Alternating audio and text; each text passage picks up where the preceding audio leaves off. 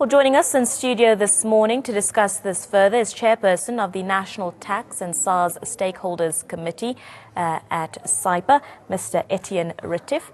Good morning to you, Mr. Retief. Thank you for joining us here on ANN7.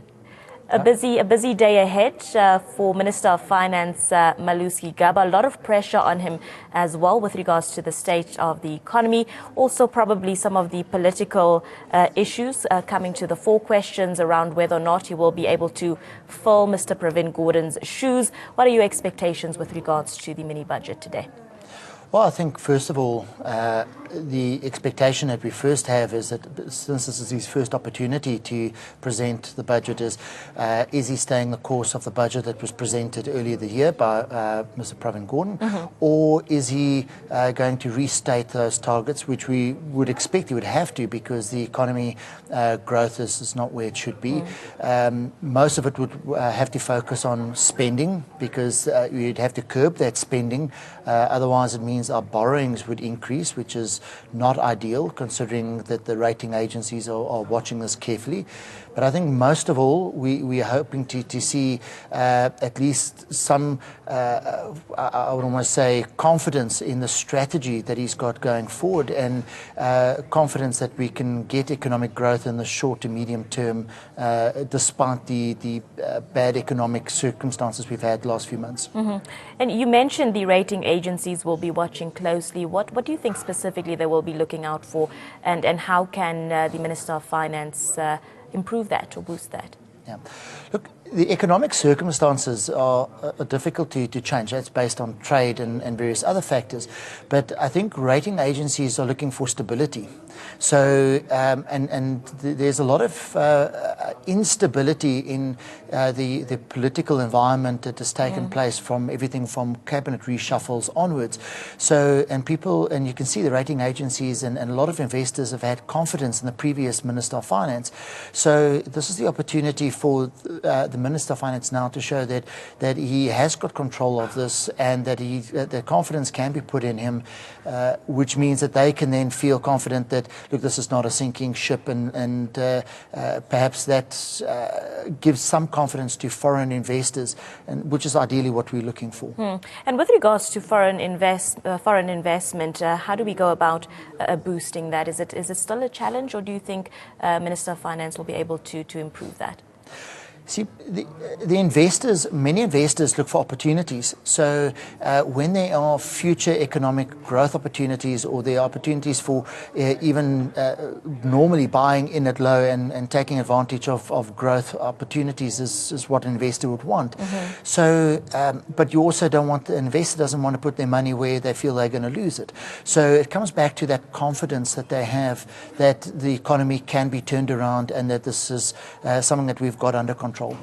It's going to be challenging for Minister of Finance Gigaba. I mean, there's talk of around a 40 billion rand revenue gap. Just talk us through the concerns in that regard. So when you look at the revenue part, there's two elements. The one is the amount of revenue that can be collected, and that comes out through the various forms of taxes, from direct and indirect taxes.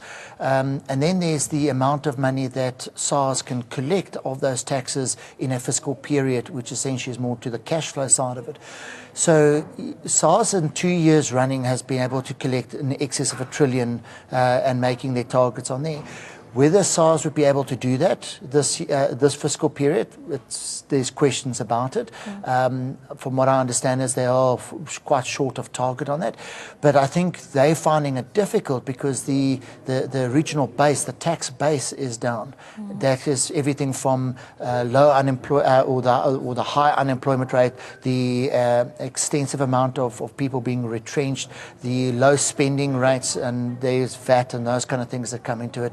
So I think the only way for those revenue gaps to be addressed is, on the one side, is I've got to reprioritize where I spend, or I've got to increase the amount of revenues I can bring in, which means increased taxes. Speaking about SARS and speaking about taxes, are we hoping to hear or get some relief as South Africans on the tax front? Fingers crossed, hopefully. Yes, no? I think it's unlikely that we'll see any form of relief. Bearing in mind that the main proposals for tax is what we'd expect in the full budget in February. But normally it's in the past we've seen indications of what's to expect in the February budget in the mini budget opportunities. What I will expect to hear is, what kind of strategy would be followed. Are we increasing borrowings or reprioritizing spending, or are we looking at the taxpayer to collect more revenues?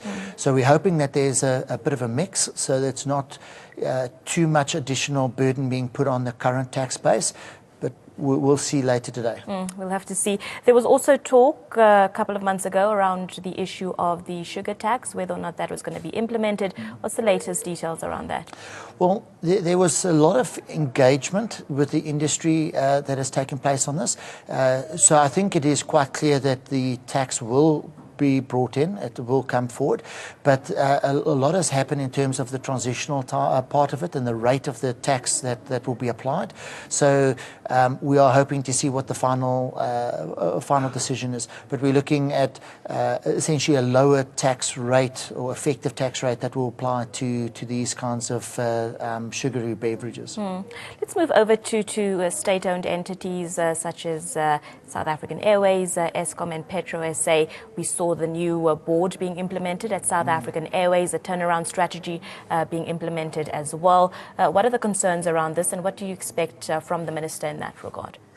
Well, I think first of all, I think a lot of the decisions in terms of having to bail out, and again, when it's state-owned enterprise, the government has to essentially bail out. It has to back those enterprises. Ideally, we would want to see a longer-term strategy so that we're not constantly year after year looking at bailouts of these organizations. But I think in the short term is making sure that we're not just putting money there and again we'd have to bail out in the shorter term. So I think the move to a new board is a good one. Or at least it shows that they're doing some actions, you're making some changes to try and address the issues. But this is not the first time that the board has been changed. This is not the first time that we've heard that there's a turnaround strategy.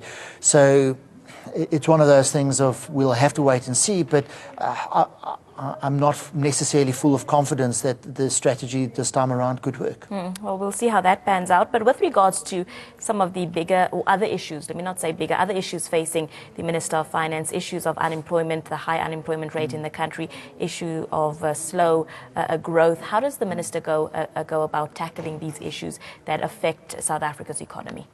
See, the Minister can only do a certain amount in this year, and I think the first and foremost priority is the government creating the infrastructure and the platform for commerce.